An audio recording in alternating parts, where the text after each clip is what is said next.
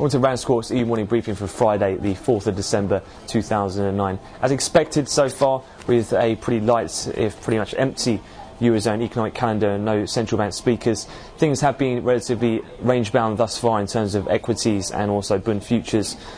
We've traded pretty light volumes as well, but again, all focus is still on the jobs report we'll get from the US at 1:30 London time, and be 7:30 in Chicago. Taking a look though in terms of the actual news flow to come overnight, something which did get attention in the Treasury market yesterday. Commentary from Japan overnight from their top government spokesman, who said that the Japanese government had no plan to sell US Treasuries, dismissing the market's speculation yesterday that Japan may sell Treasuries in order to improve its public finances. Could well get some attention when the pit session opens ahead of non-farms today.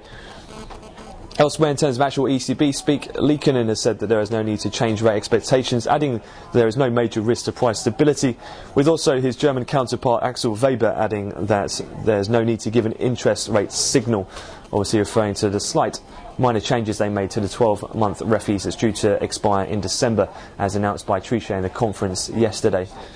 Elsewhere as well in foreign exchange, they have seen North Korea revalue their currency, although not a market-moving event in itself. It has prompted China to hit the wires and reaffirm some of their status that the dollar is to remain the world's reserve currency of choice. In terms of where we trade at the moment in the FTSE CAC and DAX, we're down around 0.4% currently, as basic materials, oil and gas and financials are seen as the underperformers, with crude futures also trading in minor negative territory and gold prices broadly flat this morning. In terms of then the jobs report, the consensus is for a minus 125,000 print in the headline non-farm payroll number. That would be an improvement on the previous and a continued trend that we have been seeing in those numbers over the last few months. In terms of the actual employment constituents we've seen in like the ISM reports, they've been broadly unchanged from their prior month. And looking elsewhere though, in terms of the conference board, that was slightly more downbeat, where they did portray consumer labour market perceptions as very weak, with present conditions constituent decreasing to 21, which did mark a 26-year low. Also in terms of the ADP, which was on Wednesday, that was also a shade lower than analysts' expectations, or a shade worse than analysts' expectations.